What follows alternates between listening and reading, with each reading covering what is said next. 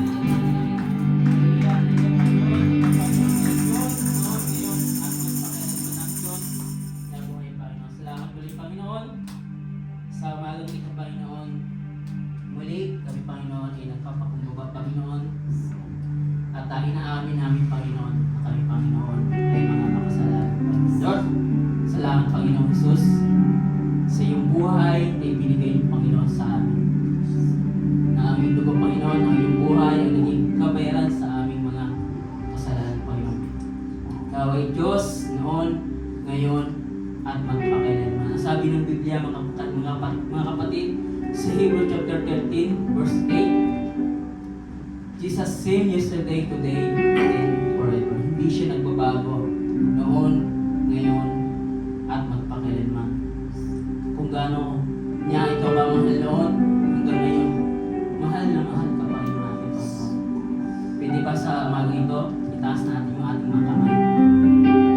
At sabihin natin, Panginoon, itataas ko ang aking mga kamay bilang sign na isinusuko ko, Panginoon, yung aking sarili sa iyo, Panginoon. Open your heart and surrender your life to Jesus. Sabihin natin, Panginoon, inaasa ko, Panginoon, na masunod, Panginoon, yung kalooban. Sabi sa kanta na awitin natin, itataas ko ang aking mga kamay, Panginoon. At yung kalooban, Panginoon, ang aking susundin at hindi ang aking kalooban. Sa ating pagsamba, sa ating pagpupuri, sabihin natin, Panginoon, simula sa araw na ito, yung kalooban ng Panginoon ang susundin, hindi yung aking kalooban. Kaya sa umaga ito, buksan natin yung ating mga puso at ibaba natin yung ating mga puso at sabihin natin, Panginoon, mahal na mahal kita. Kaya sa umaga ito, ibinibigay ko yung aking buhay sa iyo, Panginoon. At sa umaga ito, Panginoon, I acknowledge you, I honor you, I worship you. Salamat sa Panginoon. Kaya sa umaga ito, mga kapatid, awitan natin siya ng buong puso. Hallelujah.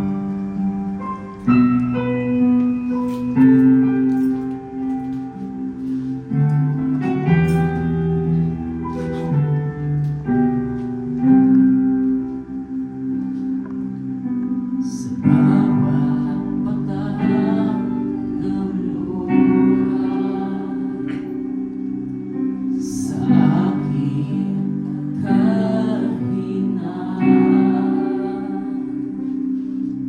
sa bawat luhod at panalangin,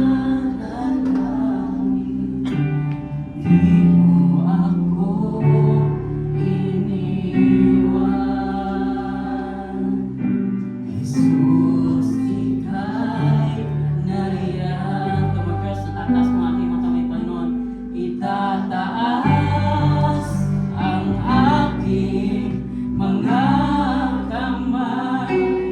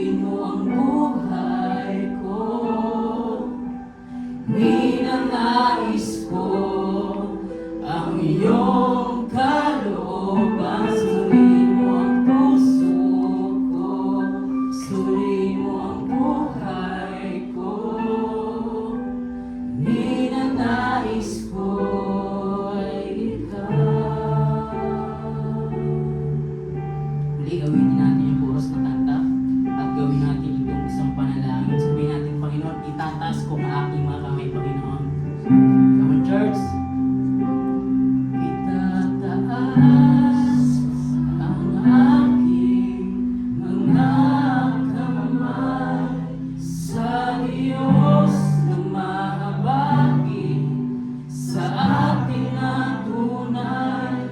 O ang alay ko ay pusong basa, nagpapakumbaba sa iyong presensya.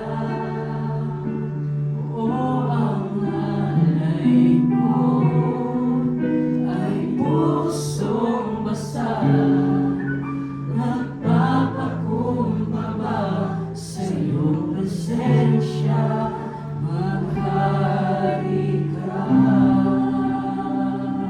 maghari ka,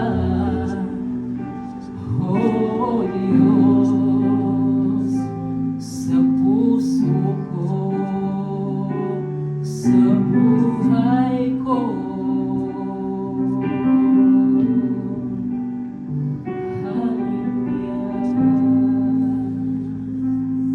Sa iyo, Panginoon, ang pinakamataas na papuri at pagsamba, pagluwalhati at pagsamba, Panginoon, sa pangalan ng aming Panginoon.